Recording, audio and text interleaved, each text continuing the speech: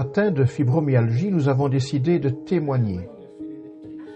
Nous nous sommes rencontrés et nous avons parlé de nos misères.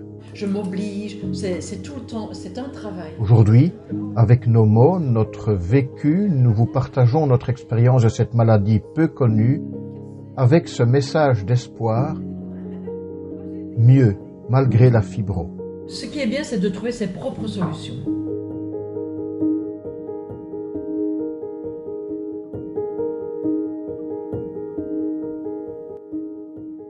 Bonjour.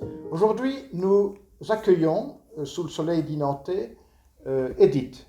Edith va nous parler d'un problème que nous connaissons probablement toutes et tous, qui est un problème de mémoire immédiate ou de mémoire lointaine. Bonjour Edith. Bonjour. Merci d'être venue chez nous. Avec plaisir. Voilà. Tu as un problème de mémoire. Alors, oui. Qu'est-ce que ça veut dire, ça ? Ça facilite la vie, ça rend la vie plus difficile? Oui, très difficile, parce que je ne me permets plus d'avoir des conversations avec les gens, parce que c'est incohérent, ou je ne retiens pas, ou quand je parle de quelque chose, je me souviens que de la moitié. Je n'ai plus cette... Ça ne s'imprime plus, en somme. Tout ce que j'écoute, tout ce que j'entends, ne s'imprime plus. Donc, voilà. Et un exemple facile, ce sont les courses. Ah, les courses, je dois tout noter, et encore, quand j'ai noté... J'oublie le papier à la maison, quoi. C'est ça, ou voilà. Tu ne sais pas où tu l'as rangé. Oui, je ne sais pas où je l'ai rangé. Oui. Ça, c'est probablement une situation que nous connaissons souvent atteints par cette maladie qu'est la fibromyalgie. Cet effort-là, tu dis qu'il est physique. Donc, quand tu dois rechercher où se trouvent les choses que tu as mises, les choses que tu as notées, tu te sens alors comment? Épuisée, frustrée. La rage... Ça fait mal de ne pas se souvenir et de se dire, mais enfin, est-ce que c'est possible de ne pas se souvenir des choses? Tu es frustrée. Ah oui, je suis frustrée. Par rapport à une chose que tu ne sais plus faire. Voilà, ou que je ne retiens pas en tout cas aussi. C'est ça. Ouais. Tu es agacée. Ah oui. Donc ça tape sur le système. Tout à fait. Et donc le fait de rencontrer les gens n'est pas une solution non plus quand tu es comme ça. Non. Dis-tu, a l'impression d'être une vieille qui oublie tout, et alors qu'il y a des gens à côté de toi qui se souviennent de tout. Alors ça aussi, ça te donne une impression de quoi? De ne pas être intelligente. Je me pose souvent la question, mais est-ce que j'ai été intelligente un jour? Et ça fait mal, c'est de se dire qu'à l'âge que j'ai, quand je vois des gens qui ont 90 ans et qui ont cette mémoire, ça fait mal, ça donne envie de pleurer en tout cas. Et donc, qu'est-ce qui se passe? Tu réagis de quelle manière?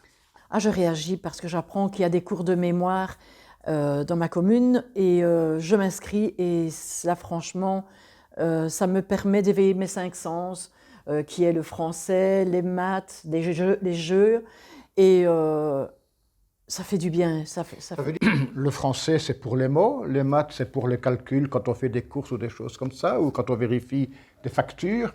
Mais alors les jeux? Jeux en groupe, on joue avec des dés.